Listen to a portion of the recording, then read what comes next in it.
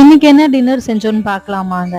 இன்னைக்கு நான் சப்பாத்தி சுட்டுட்டு அதுக்கு சைட் டிஷ்ஷா தக்காளி தொக்கு தான் செஞ்சிருந்தேங்க.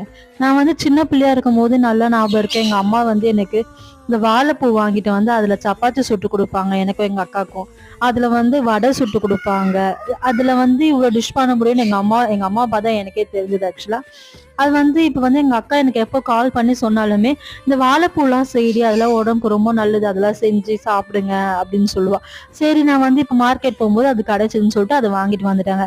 சரி, இதுல என்ன செய்யுதுன்னு அப்புறமா யோசனை சப்பாத்தி செஞ்சிடலாம் அப்படின்னு சொல்லிட்டு அந்த வாழைப்பூல இருக்கிறது அது எல்லாமே அந்த பூலாம் எடுத்து அதெல்லாம் குட்டி குட்டியா நறுக்கிட்டு நம்ம கோதுமை மாவுல எப்போ போடுற மாதிரி எப்பயும் கோதுமை மாவு பெசுற மாதிரி அந்த கோதுமாவும் உப்பு அந்த வாழைப்பூ குட்டி குட்டியா நறுக்கி வச்சாலும் அதை போட்டு சப்பாத்தி பிசைற மாதிரி சப்பாத்திக்கு மாவு எப்படி பிசைவோமோ அதே மாதிரி பிசைஞ்சு நான் திரட்டி சுட ஆரம்பிச்சிட்டேங்க. அதை சுட்டு சாப்பிட்டுட்டோங்க. இன்னைக்கான நைட்டு நாங்க இப்படிதான். இந்த வீடியோ பிடிச்சிருந்தா லைக் பண்ணி சப்ஸ்கிரைப் பண்ணிக்கோங்க.